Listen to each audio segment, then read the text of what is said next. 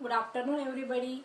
Today we are going to complete the remaining part of our poem, that is the Night of the Scorpion. बघा, आपण बघितलेलं आहे मागच्या लेक्चरमध्ये की या ठिकाणी रात्रीचं वर्णन आहे. पाऊस कंटिन्युअसली पडून राहिलेला आहे आणि त्या ठिकाणी एका विंचवाने कवीच्या आईला चावा घेतलेला आहे. तर विंचवाने चावल्यानंतर पुढे काय काय घडतं ते आपण बघितलं होतं. त्या ठिकाणी गावातील लोक आलेले आहेत, त्यांच्याकडे कॅन्डल्स आहे, लँटर्न्स आहे. ते विंचवाचा शोध घेत आहे, पण त्यांना विंचू सापडत नाही. त्यानंतर ते काय करत आहे, देवाचं नाव घेत आहे की जेणेकरून आईच्या वेदना कमी होतील. त्यानंतर त्यांनी काय केलेलं आहे, त्यांची फिलॉसॉफी मांडलेली आहे ग्रामीण भागातील लोकांनी की बाबा त्यांनी काय सांगितलंय की आईने खूप काही पाप केलं असेल आणि ते पाप आता कमी होत आहे, कारण आईला आता विंचू चावून गेलेला आहे आणि पुढचा जन्म आईचा सुखकारक होणार आहे. आणि आईच्या शरीरामध्ये असलेलं जे विष आहे त्या विषामुळे आईच्या मनातील ज्या काही इच्छा आकांक्षा आहेत त्या सगळ्या जळून जाणार आहे आणि आई एक चांगला ह्युमन बिंग बनणार आहे. त्यानंतर मग आईला मध्यभागी बसवण्यात आलेले आणि आजूबाजूचे लोक आईच्या भोवती गोल रिंगण करून बसलेले आहे. आता यानंतर मग आपल्याला बघायचंय कवीच्या वडिलांची काय भूमिका आहे. कवीचे वडील या ठिकाणी कुठली ऍक्शन घेतात ते आपल्याला आता next part of the poem मध्ये बघायला मिळणार आहे. सो चला विद्यार्थ्यांनो, पटकन पुस्तक ओपन करा, बघूया आपण. More candles, more lanterns and more neighbours, more insect and the endless rain. या ठिकाणी बघा, मोर मोर हा शब्द रिपीट केलेला आहे. कुठला फिगर ऑफ स्पीच आहे? रिपिटेशन हा फिगर ऑफ स्पीच आहे. More candles, more lanterns and more neighbours म्हणजे आता जास्तीत जास्त गावातील लोक त्या ठिकाणी जमू लागलेली आहे. हळूहळू सगळं गाव त्या ठिकाणी जमा झालेलं आहे. मोर कॅन्डल्स म्हणजे अधिक मेणबत्त्या, मोर लँटर्न्स म्हणजे अधिक कंदील आणि मोर नेबर्स म्हणजे अधिक शेजारी. म्हणजे संपूर्ण गाव या ठिकाणी कवीच्या घरी जमलेलं आहे. More insect and the endless rain आणि ते जास्तीत जास्त चर्चा करत आहे आणि त्याचबरोबर अखंडपणे पाऊस हा पडून राहिलेला आहे. The rain was falling continuously and all the villagers, all the neighbors of the poet came there with the candles and the lanterns. My mother twisted through and through, groaning on a mat, and mother was sitting and all the neighbors were surrounded the mother, and mother was penning. Here the meaning, she was sitting on the mat and she was penning. What here the meaning is given groaning.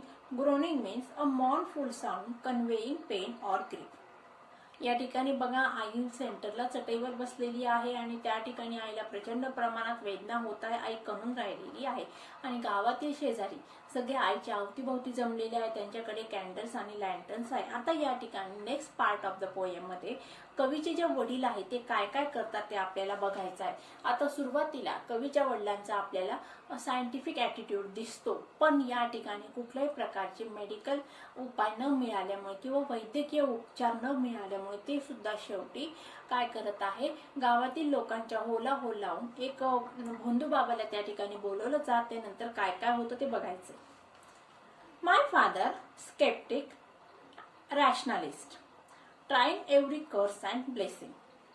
या ठिकाणी पण बघा, कर्स and blessing, two opposite words are used in the same line, so antithesis, this figure of speech is used. My father skeptic, a rationalist. Here the description of the poet's father was given. How he was? He was a rationalist person. Rationalist means a person who believes in the reason and knowledge than opinion and belief. म्हणजे या ठिकाणी कवीचे वडील काय आहेत, रॅशनलिस्ट आहे. म्हणजे ते काय करतायत बघा, त्यांचं नॉलेज म्हणजे काय, ज्ञान आणि तर्कशक्तीवर विश्वास आहे. ते कुठल्याही प्रकारच्या मतांवर किंवा विचारांवर ते विश्वास ठेवत नाही. म्हणजे जे काही कोणाकडून सांगण्यात येत आहे त्या गोष्टीवर विश्वास न ठेवता ते प्रॅक्टिकली गोष्टीवर विश्वास ठेवतात, थेअरीजवर विश्वास ठेवतात. आणि स्केप्टिकचा अर्थ बघा, the person who doubts the truth म्हणजे जे काही लोकांकडून सांगितलं जात आहे त्याच्यावर त्यांचा विश्वास बसत नाही, ते त्या ठिकाणी सत्य शोधण्याचा प्रयत्न करतात. माय फादर स्केप्टिक, अ रॅशनलिस्ट, ट्राईंग एव्हरी कर्स अँड ब्लेसिंग. मग या ठिकाणी आईला वेदना होत आहे, मग त्या ठिकाणी आईच्या वेदना कमी करण्यासाठी वडील प्रत्येक गोष्ट बघत आहे. आईवर कुठल्याही तरी गोष्टींचा ते उपचार करून बघत आहे. आता काय काय करतायत वडील बघूया. ट्राईंग एव्हरी कर्स and blessings, powder, mixture, herb and hybrid. What the father has used? He has used the powder. and mixture, and herbs and hybrid. Hybrid means mixture of one or more things. Okay. Here the father was a rationalist fellow. He did not believe on the old things, so he uses the powder and mixtures to reduce the pain of the mother. He even poured a little paraffin upon the beaten dough and put a match to it. Here the father also used, first the father used the powders and hybrid on the toe where the scorpion stung the mother. Again, there was no use, so the poet's father used the paraffin. Paraffin means a wax substance which is made from the petroleum or coal. Where the father used the paraffin? Where the scorpion stung. The scorpion stung on the toe of the mother, so father used first the powders and the herbs, but there is no use. So at last he used the paraffin on the toe of the mother, and he used the matchstick also. First he dropped some drops of the paraffin on the mother's toe, and then he used the matchstick. He even poured the little paraffin upon the beaten toe and put a match to it. Means he flamed the toe of the mother where the scorpion stung. I watched the flame feeding on my mother. The flame was spreading. I watched the holy man, so there is no use. At last what happened? बघा विद्यार्थ्यांनो, या ठिकाणी काय केलेलं आहे, या शेवटचे जे 2 स्टांजा आहेत त्यामध्ये शेवटी काय झालेलं आहे, या ठिकाणी गावकरी जमलेले आहेत, ते देवाचं नाव घेत आहे, काही उपयोग होत नाही. आई सेंटरला बसलेली आहे, आईच्या वेदना वाढत आहेत, आजूबाजूचे लोक आईच्या भोवती जमा झालेले आहेत. मग या ठिकाणी कवीच्या वडिलांची भूमिका किंवा त्यांनी काय काम केलेले आहे, रोल काय केले आहे ते सांगितलं जात आहे. कवीचे वडील हे काय विचार करणारे किंवा सदसद विवेक बुद्धी असणारे पर्सन आहे. त्या ठिकाणी त्यांनी लोकांच्या बोलण्यावर विश्वास न ठेवता ज्या ठिकाणी स्कॉर्पियनने आईला चावा घेतलेला आहे त्या जखमेवर त्यांनी वेगवेगळ्या प्रकारचे औषध उपचार करण्याचा प्रयत्न केला, परंतु आईच्या वेदना कमी झाल्या नाही. मग शेवटी त्यांनी काय केलेलं आहे, त्या ठिकाणी पॅराफिनचा वापर केलेला आहे आणि त्या ठिकाणी त्या मॅच बॉक्सचा पण वापर केलाय, म्हणजे ती जखम त्या ठिकाणी त्यांनी जाळलेली आहे. पण एवढं करून सुद्धा काही उपयोग झाला नाही. मग शेवटी काय केलेलं, एका भोंदू बाबाला त्या ठिकाणी बोलवण्यात आलेलं आहे. In the remaining part of the poem there is the description. Here a villagers came with the lanterns and the candles. They sit in front of the mother, and mother was sitting on the mat, but she was groaning with the pain. So the poet's father performed a role. He wants to reduce the pain of his wife. So he used first powder and a mixture and a hybrid, because he was a rationalist fellow. So he used the powders and the hybrids, but he used the powders, but there is no use. Still there is no use. So he used the paraffin on the wound of the mother, and he used the matchstick and he flamed the wound, but there is again no use. So the final remedy was done on the mother. Which final remedy was done is given in the remaining part of the poem, or the last part of the poem. He even poured a little paraffin upon the beaten dough and put a match to it. I watched the flame feeding on my mother. I watched the holy man perform his rites to tame the poison with an incantation. After 20 hours, it lost its sting. I watched the holy man perform his rites to tame the poison with an incantation. After 20 hours, it lost its sting. मग सगळ्यात शेवटी काय केले बघा, कवी काय सांगत आहे, मी सगळं बघत होतो, त्या ठिकाणी एक होली मॅन म्हणजे एका पवित्र अशा माणसाला, धर्मगुरूला या ठिकाणी आपण म्हणूया, पण आजच्या वैज्ञानिक भाषेमध्ये एका भोंदू बाबाला त्या ठिकाणी बोलवण्यात आलेला आहे. आणि तो भोंदू बाबा आल्यानंतर तो काय करते बघा, the holy man perform his rites means या ठिकाणी बघा सेरेमोनियल ऍक्ट्स ऑर रिच्युअल्स, तर त्या ठिकाणी त्याचे धार्मिक विधी पार पाडत आहे. To tame the poison with an इन्कॅन्टेशन.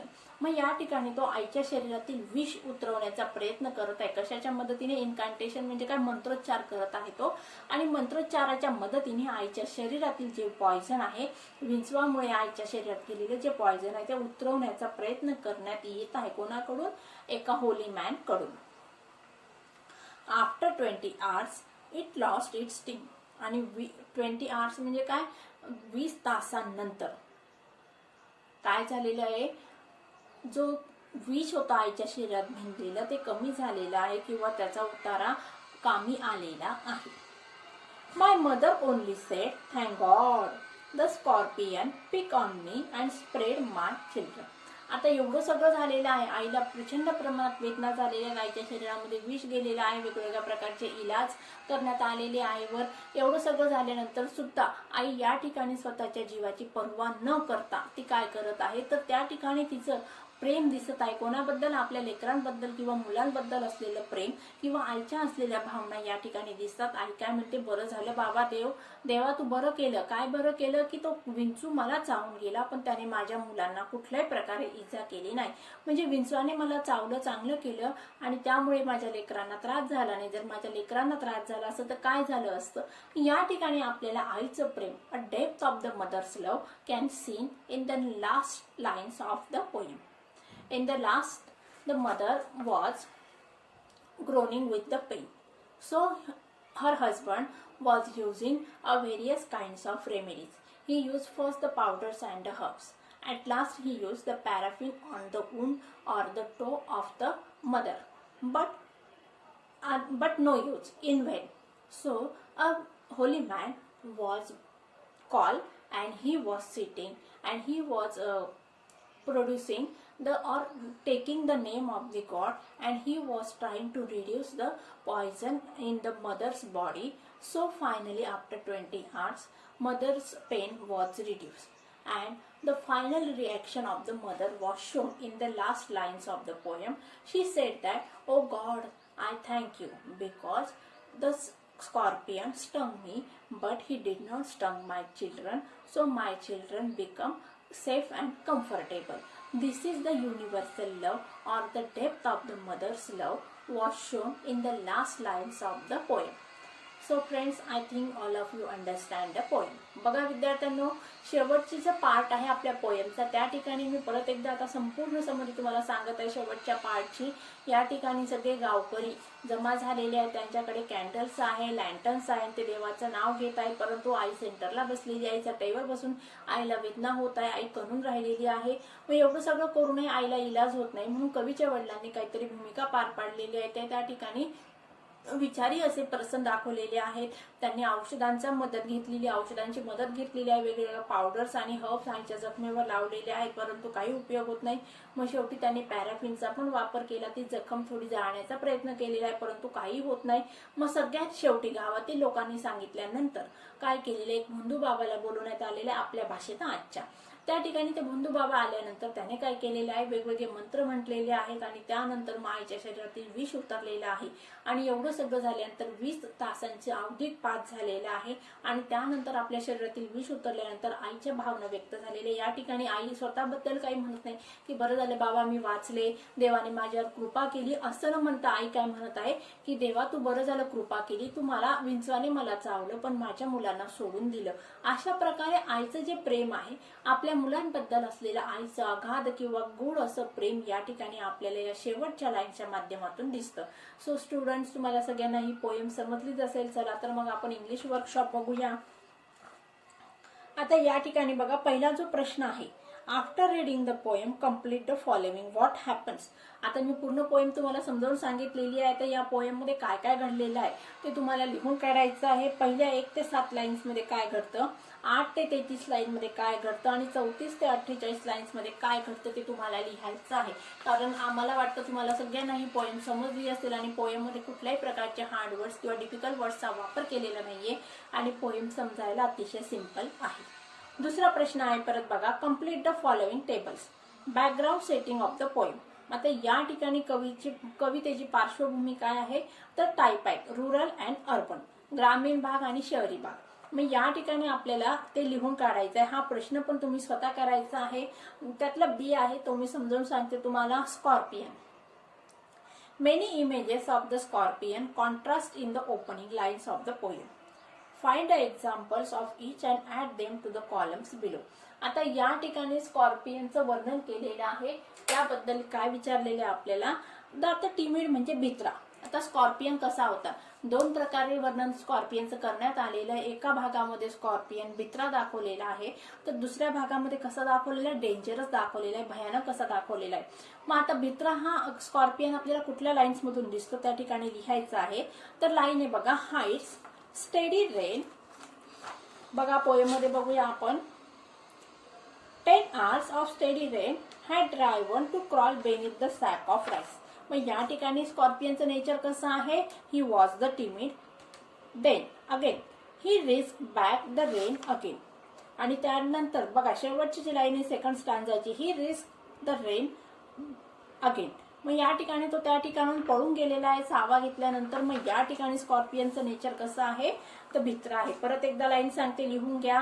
High steady rain dash dash rise. आता या ठिकाणी जागा नसल्यामुळे तुम्ही पण शॉर्ट मध्ये लिहायचं आणि नंतर वहीमध्ये पूर्ण लाईन्स लिहायच्या आहेत. दुसरी लाईन बघा. He risk back the rain again. आता डेंजरस कसं आहे बघूया. Diabolic a flash of. बघा second stanza second line. A flash of diabolic tail in the dark room. याच्यातून त्याचं नेचर कसं दिसतं, डेंजरस दिसलं. आणि पार्टिंग विथ हिज पॉइझन.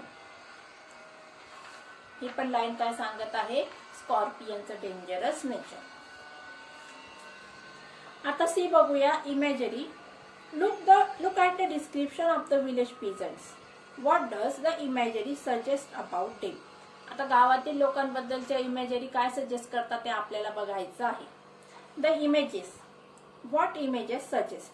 आता या ठिकाणी एका कॉलम मध्ये इमेजेस दिलेले आहेत आणि दुसऱ्या कॉलम मध्ये त्या इमेजेस काय सजेस्ट करतात ते आपल्याला लिहायचं आहे. पहिलं दिलंय बघा. दे केम लाईक द सॉर्म ऑफ फ्लाईज. म्हणजे आता या ठिकाणी वर्णन काय केलंय कवीने, कुठली इमेज वापरलेली आहे तर सॉर्म ऑफ फ्लाईज. म्हणजे ज्याप्रमाणे माशांचा घोळका असतो ते एकत्र येत असतात त्याप्रमाणे गावकरी आलेले आहेत. मग या ठिकाणी त्याचा अर्थ काय लिहायचा आहे. The villagers came in a huge numbers. लिहा. They came in a huge numbers. Second आहे बघा. They buzzed the name of God. त्याचा अर्थ लिहा. meaning they chanted the name of God. They chanted the name of God.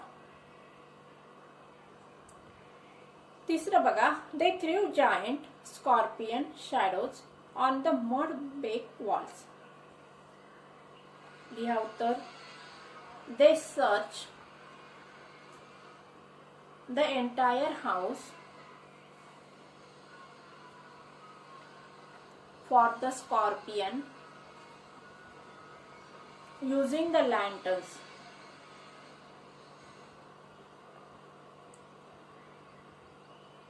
चौथं बघूया. They clicked their tongues. लिहा. What image suggest मध्ये. They made the sound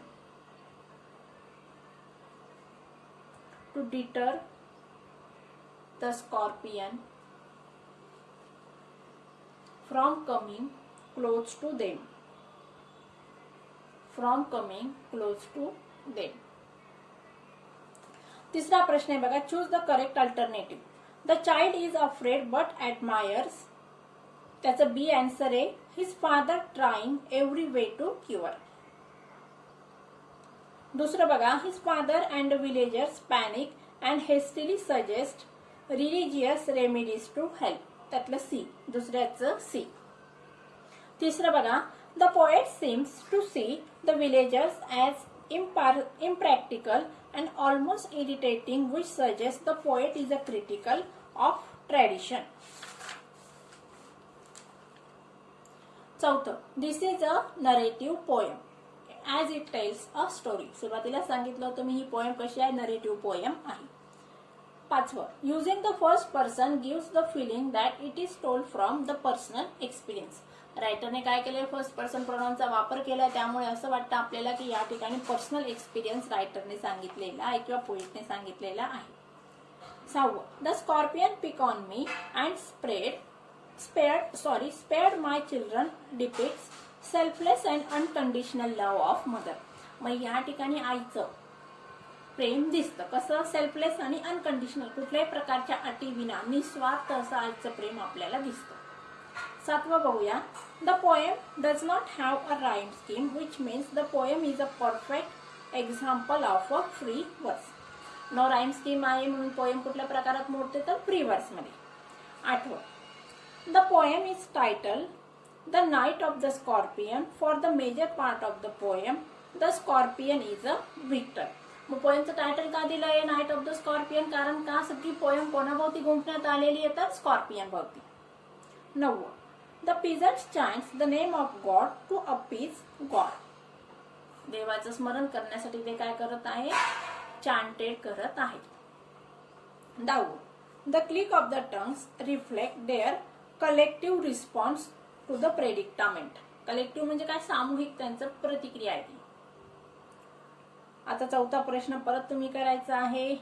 आता 5वं बघा काय आहे, read the poem and complete the table showing the qualities of the father and the mother giving sufficient evidences from the poem. आईचे qualities आणि वडिलांच्या qualities, वडील रॅशनलिस्ट आहे, आई कशी आहे, युनिव्हर्सल मदर आहे, या ठिकाणी तुम्ही लिहून काढायचं आहे. 6वं, match the figure of speech with the correct definition. Metaphor, metaphor म्हणजे काय असतं बघा, अ कंपॅरिझन बिटवीन, या ठिकाणी बघा ऑप्शन्स आहेत, alliteration, metaphor, alliteration, onomatopoeia and simile. आता ॲलिट्रेशन मध्ये काय असतं बघा, ॲलिट्रेशनचं उत्तर आहे A, the use of the same sound at the beginning of the word. आता ऑनोमोटोपोइया काय आहे बघा, a word which resemble the sound it represent. Simile, a comparison between two different things especially the phrase containing the words like as or so. सिमिलीचा म्हणजे चौथ्याचा आहे C, नंतर तिसऱ्याचा आहे डी, दुसऱ्याचा आहे फर्स्ट ए आणि मेटाफरचा आहे बी. लिहिलं सगळ्यांनी. आता बी प्रश्न बघूया, find examples of the poem that contain. आता सिमिलीचे एक्झाम्पल, मेटाफरचे एक्झाम्पल, ऑनोमोटोपोइयाचे एक्झाम्पल एक एक सांगते मी, पटकन लिहून घ्या. Simile, the peasants came like the song of flies. सिमिलीचं एक्झाम्पल काय आहे, the peasants came like the song of flies. मेटाफरचं आहे बघा, may the sum of all evil. Line complete करून घ्यायची आहे. ऑनोमोटोपोइयाचे बघा, and birds the name of God. आता एक्सपांड फ्लो चार्ट आहे, या ठिकाणी तुम्हाला लिहून काढायचा आहे. 8वा प्रश्न पण याच पद्धतीने करायचा आहे. 9वा ऍप्रिसिएशनचा जो प्रश्न आहे त्याच्या नोट्स मी तुम्हाला फॉरवर्ड करणार आहे. 10वा जो प्रश्न आहे तो प्रोजेक्टचा आहे, तो तुमच्यासाठी आहे. अशा प्रकारे विद्यार्थ्यांना बघा, आपण ही जी पोएम आहे नाईट ऑफ द स्कॉर्पियन, हिचे या ठिकाणी इंग्लिश वर्कशॉप आणि समरी आपण पूर्णतः समजून घेतलेली आहे. आता या खाली जे काही प्रश्न उत्तर आहे ते तुम्ही तुमच्या वहीमध्ये लिहून घ्यायचे आहेत आणि ऍप्रिसिएशनच्या नोट्स लिहिल्यानंतर ते पण तुम्ही तुमच्या वहीमध्ये नोट डाऊन करायचे आहेत. मला वाटतं तुम्हाला ही पोएम खूप छानपैकी समजली असेल. आता येणाऱ्या नेक्स्ट लेक्चरमध्ये आपल्याला जो नेक्स्ट लेसन आहे 3.2 तो समजून घ्यायचा आहे. तर मग विद्यार्थ्यांना तुम्ही तो लेसन वाचून ठेवायचा आहे. So friends, take care and good bye.